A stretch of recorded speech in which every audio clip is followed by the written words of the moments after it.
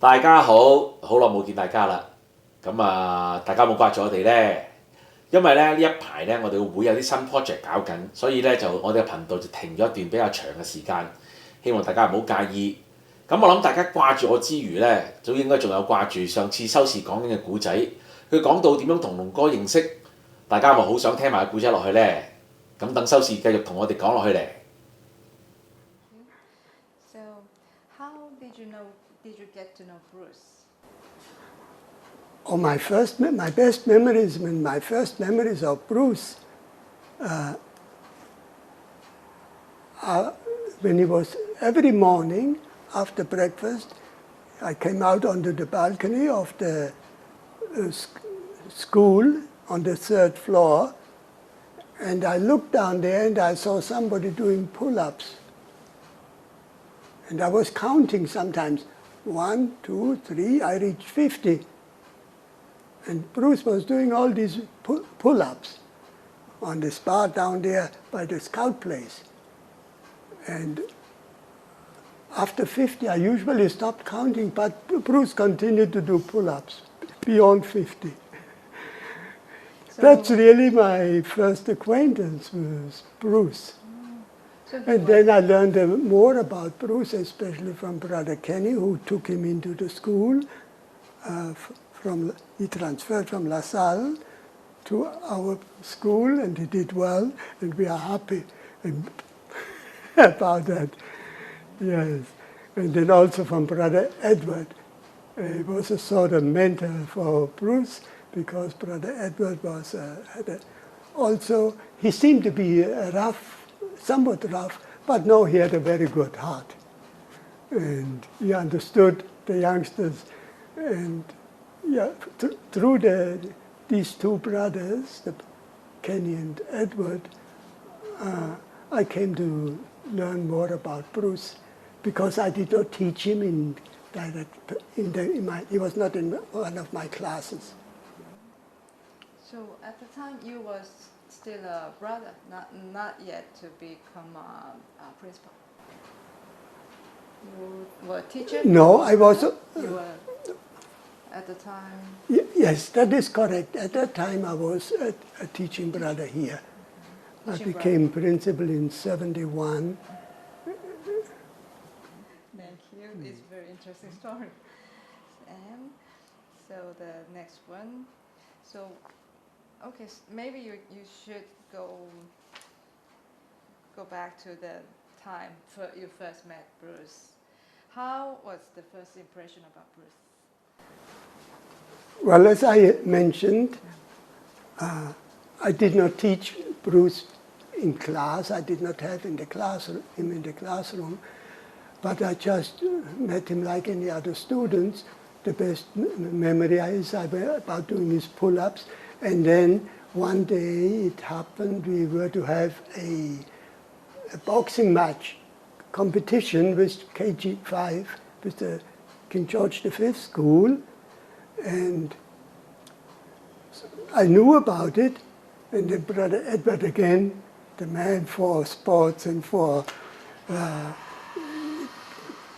having a reputation for being strong, and also being somewhat of a boxer himself. So I said, Brother Edward, you take care of this. And I remember they went to the last classroom down there after school, 4 o'clock or whatever, and there Brother Edward called a few students to find out who could represent St. Francis Xavier College with dignity. And Brother Edward guessed right, he figured it out right away. He found Bruce would be the one. And so this is how Bruce became also well known. And because as far as I understand, he knocked out his opponent in the first round. So did you see that competition? No, I did not see it. I did not see it. Okay. But you heard about that? Oh yes, and some of the people like Johnny Hong can explain very well. I don't know whether he saw it, but he seems to know the details. How No, Brad Edward told. Brad Edward told. Brother Edward told you? Bruce. Yes. So could you please tell us, describe about how Brother Edward teach boxing to Bruce, or Well, regarding how much Brother Edward really taught Bruce Lee about boxing, I wonder. Brother Edward only knew the Western kind of boxing, the popular way of boxing. And he himself, he could demonstrate. And I know that he had boxing gloves. Brother Edward himself could demonstrate, yes. but did he tell you how he teach boxing to Bruce? I'm not so sure that Brother Edward really passed on this kind of boxing to him, because Bruce had already started with martial arts. He had already had teaching before. So Bruce really had something to teach to Brother Edward also, and to all of us. So Brother Edward didn't say about how he taught to you, right? No, well, no, Brother Edward did not talk specifically about this skill of Bruce, because after the prize giving, we know that Bruce Lee had a very short time to live, still. And so we were looking forward really to the time when Bruce would come and show us his film, The Death of the Dragon. This unfortunately never happened. 大家頭先聽完收視講龍哥贏咗呢個校際拳擊比賽古仔，係咪覺得好有趣呢？其實咧喺呢度咧，我有啲想同大家分享下嘅。咁因為關於呢個説法，龍哥用一個回合打贏咗呢個比賽，我係有啲存疑嘅，因為咧喺一啲記載裏面咧有唔同嘅説法。咁最初我睇到第一個版本咧就係呢個連達喺1975年所寫嘅呢一本《Bruce Lee The Man Only I Knew》裏面提到。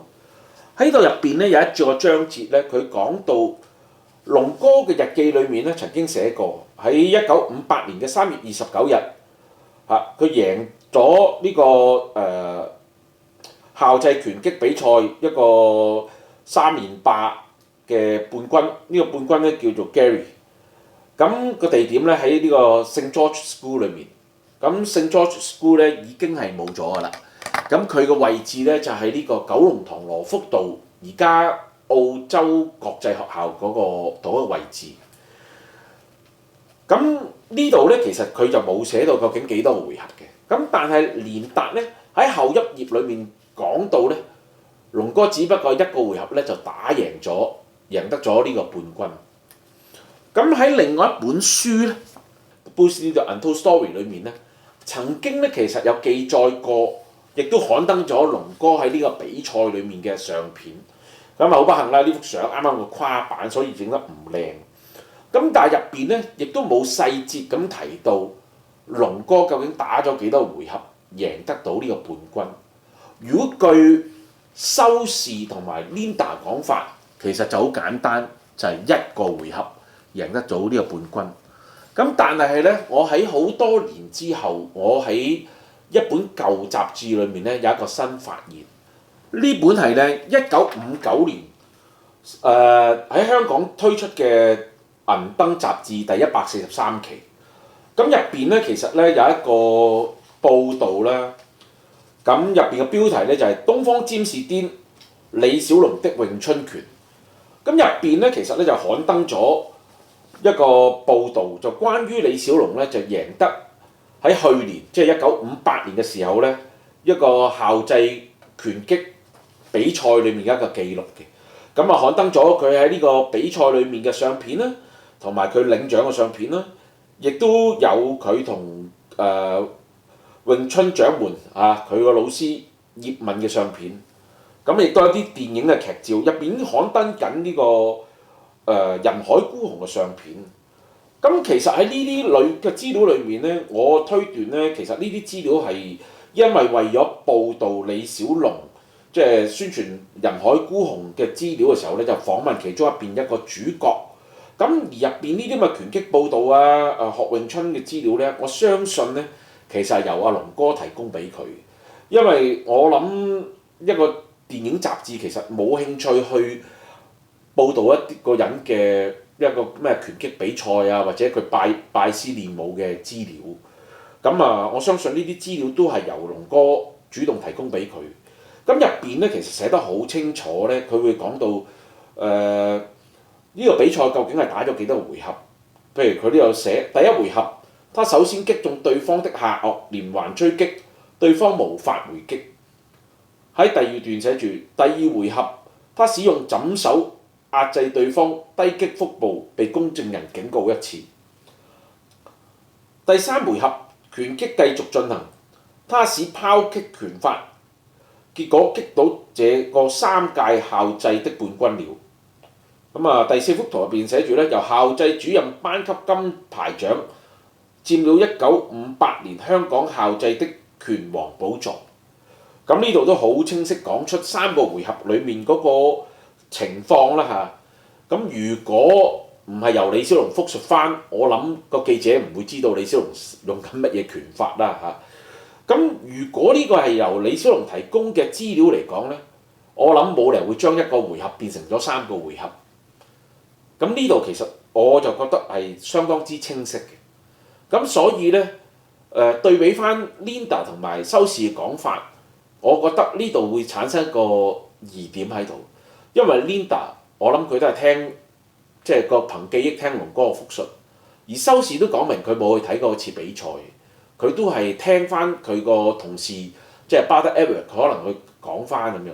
咁究竟當中有冇啲即係可能係記憶有誤嘅地方咧？咁呢個我都抱一個存疑嘅態度喺度。講多個有趣嘅古仔啦嚇。咁喺一本舊明周裏面咧，就發現到一篇文章。咁呢篇文章咧就係一個讀者來稿。呢個讀者咧係位聖方濟書院嘅舊生。咁佢呢篇文章裏面憶述咧就1973年咧，龍哥咧就因為呢個學校嘅擔任呢個學校嘅運動會嘅頒獎嘉賓，再重臨母校。龍哥喺呢個頒獎途中咧曾經講過個古仔，咁就講到佢喺呢個58年嘅時候，呢個拳擊比賽冠軍裏面咧就發生過一件事。咁原來當年龍哥點樣贏到呢個冠軍咧？其實就喺最後一個回合嘅時候咧，佢即係手踭係批中咗對方，咁而對方咧就累低咗，咁就贏咗呢個冠軍。講出嚟好似有啲勝之不武咁樣啦嚇。其實我亦都喺一啲我哋13年嘅時候啦，我哋就翻咗去李小龍嘅母校，即係聖方濟書院裏面咧，就舉行咗呢個士職徑嗰個開幕儀式。咁當時咧都有舊生曾經提過啦，即係龍哥有講翻呢件事件，即係覺得有少少慚愧，即係對呢個冠軍得嚟又覺得有少少勝之不武。呢個咧都係一個鮮為人知嘅古仔。嚟緊下一集咧，我哋就會講翻龍哥1973年重回母校，翻去擔任呢個運動會嘅頒獎嘉賓嘅古仔。